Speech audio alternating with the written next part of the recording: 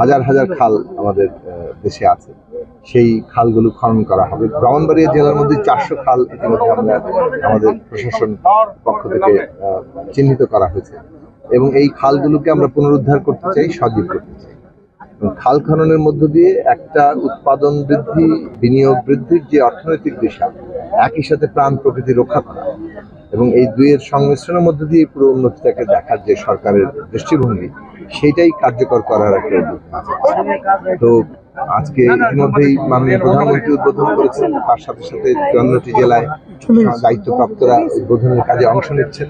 আমরা এই সবাই মিলে যে জায়গাটা বার্তাটা আমরা এখানে দিতে চাচ্ছি,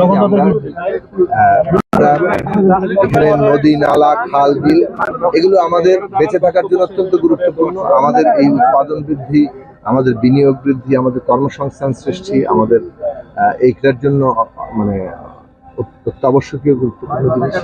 মোদ্দা কথা, এই প্রাণ প্রকৃতিকে রক্ষা করেই আমাদের বাকি জীবনকে নতুন করে সাজাতে হবে।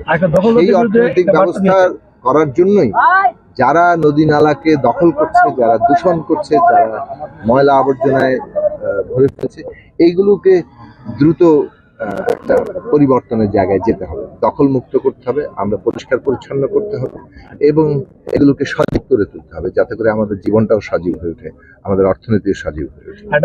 আশা করি আমাদের, যদিও পানির প্রবাহ এমনিতেই তো একটা সংকটের মধ্যে আছে, আমরা পানির ন্যায্য হিস্সা পাই না, ফলে শুষ্ক মৌসুমে পানির প্রবাহ কমে যায়, কিন্তু খালগুলো যদি ঠিকঠাক মতো থাকে তাহলে যতটুকু পানির প্রবাহ আছে সেটুকু বইবে এবং অন্ততপক্ষে বছরের বেশিরভাগ সময় এখানে মানে এই পথে এক ধরনের নৌপথ হিসাবে এটাকে ব্যবহার করা সম্ভব হবে।